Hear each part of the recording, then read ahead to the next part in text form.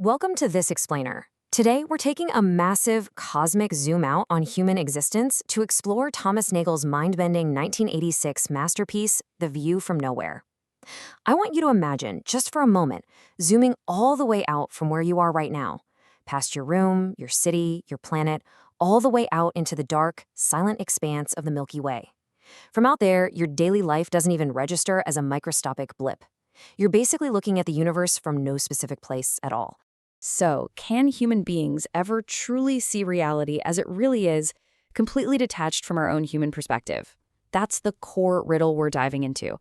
It's the central paradox of human existence. When we try to step back and look at reality objectively, we gain incredible things, right? Science, truth, reason. But Nagel asks a really profound question. In this relentless pursuit, do we risk losing ourselves entirely? Part 1. The Duality Arc. Two Views of Reality. To really get this, think of the subjective view as an actor on a stage. This is your first-person perspective. It's the warmth of falling in love, the sudden sharp pain of stubbing your toe, the exact sweetness of tasting a strawberry. But here's our unique human superpower. We can switch to the objective view. Picture a camera hovering high above that stage. Science doesn't actually care if the strawberry tastes good. It impartially records sugar molecules, cellular structures, the light wavelengths bouncing off its red skin. It strips away all our personal biases to just see what the world is like, completely independent of us. Objectivity is hungry, but it cannot cover everything. As we grow, we learn to step out of our own heads to seek what Nagel calls objective transcendence. But he issues a massive warning here. Objectivity is seriously hungry. When we pursue this ultimate neutral scientific truth, that view from nowhere, we kind of want to explain absolutely everything with it. But actually, scratch that. We literally can't. If you zoom out too far, you risk completely losing the very things that make life human in the first place. Next up, the blind spot, consciousness and the mind-body problem. What is it like to be a bat?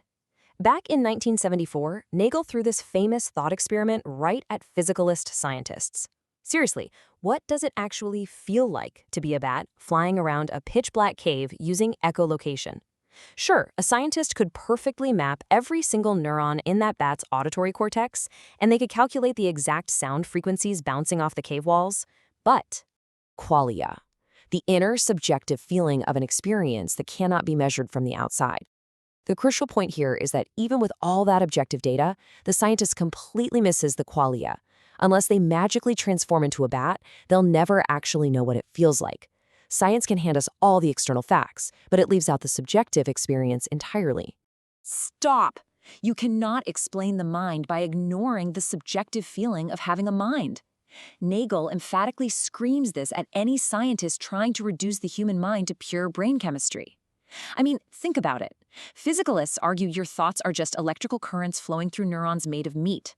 But Nagel points out that when it comes to the mind, the subjective appearance is the exact thing you're trying to explain. If you just ignore the subjective feeling of tasting chocolate while you're busy studying the atoms in the brain, you've literally thrown away the whole shebang. You threw away the exact thing you set out to study. Which brings us to the trap, knowledge and skepticism. Step 1, naive realism. That's trusting our raw senses. But hey, we know our eyes can be fooled by optical illusions, right? So we step back to step 2, scientific realism. We use science to measure the world and escape those illusions. But here's where the trap snaps shut. Step 3, deep skepticism. Once you start stepping back, where do you actually stop?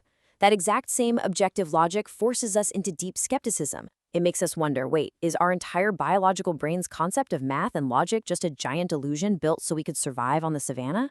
Since we're locked inside human minds, it's basically impossible to completely step outside ourselves to confirm if our picture of reality is even true. And this leads right into the falling dominoes, free will and determinism. Do you have free will, or are you just a falling domino? Subjectively, right now, you feel like you're freely choosing to watch this explainer, right? You could pause it, jump up, do some jumping jacks if you really wanted to. But objectively, if we zoom all the way out to that view from nowhere, are you just a falling domino shaped entirely by physics, your past experiences, and your genetics?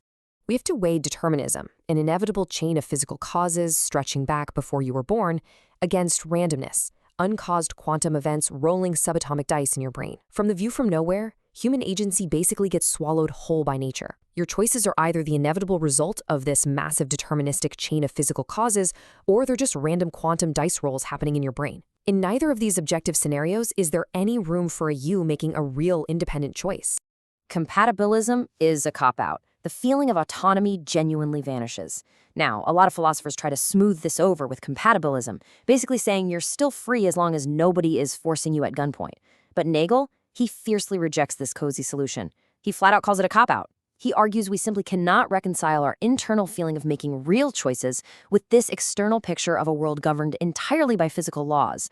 Under the objective lens, the feeling of autonomy genuinely vanishes. Yet paradoxically, you still have to figure out what you're going to choose to eat for dinner tonight. Now let's look at the balancing act, ethics and morality. Here we see the dynamic balance we must strike between agent-relative values and agent-neutral values. This is where stepping outside ourselves becomes an absolute superpower. On one hand, we have subjective, agent-relative values. These matter purely because of who you are, like fiercely loving your own child more than a random stranger's, or spending hours playing the piano just because you love it. But on the flip side, we have objective, agent-neutral values. When you step back to the view from nowhere, you have to recognize that a stranger stepping on a rusty nail and suffering immense physical pain intrinsically matters. From out there, their pain is absolutely no less important than yours. But let's look at the burdens of pure objectivity. It erases your personal character, treats your family like complete strangers, makes buying a simple $5 coffee immoral, and demands you become a pure world-improving utility machine. Nagel pulls a huge plot twist here.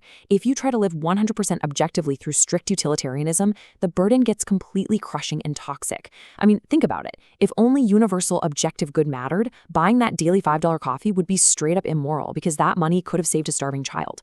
Pure objectivity just flattens your unique humanity into a cold utility machine.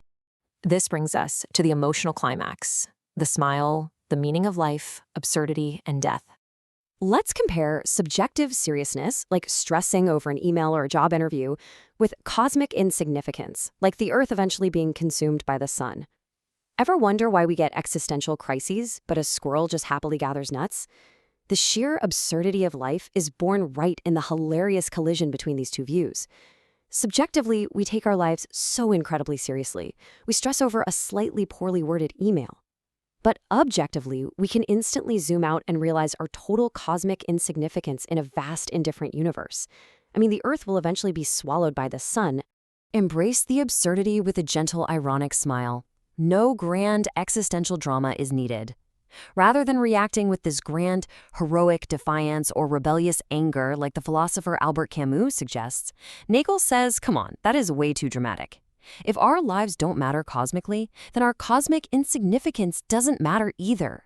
We should just embrace the whole paradox with a gentle, ironic smile. It's totally okay to care about your tiny life on this tiny blue marble. Let's look at objective death versus subjective death. We see this dual reality most starkly when it comes to the end of life. Objective death is just a routine, unremarkable biological clock stopping. Subjective death is the catastrophic deprivation of all future possibilities, like love and sunlight. Ancient philosophers like Epicurus used to say we shouldn't fear death because once we're dead, we aren't around to feel it. But Nagel absolutely rejects that comfort. Objectively, sure, it's just matter recycling into the earth. But subjectively, it's a catastrophic tragedy. It deprives you of all those beautiful future possibilities. More music, more great conversations, more feeling the sun on your face. And both of these perspectives are entirely real. Finally, living inside the paradox, the human condition. So, how do we live the paradox? Reject strict reductionism. Celebrate your subjective life. Zoom out to the objective view to stay humble and compassionate. And don't try to solve the paradox, live inside it. This is Nagel's master takeaway. Don't let materialists reduce you entirely to physics, and don't let idealists reduce everything to subjective perception. The trick isn't to solve the paradox, it's to live right inside it. Use the subjective view to fiercely celebrate your life, taste that coffee, deeply love your friends, really feel your emotions. But hey, when you're stuck in awful traffic or someone insults you, use that objective view to zoom out, let go of your ego, and just stay humble. Which lens are you viewing your own Tuesday afternoon through? As we wrap up this explainer, I want to leave you with this final thought. Look at your day right now. Are you trapped entirely in your own subjective bubble, letting every minor inconvenience ruin your mood? Or are you ready to bridge that gap, zoom all the way out to the cosmos, and truly enjoy the view from nowhere? Please like and subscribe.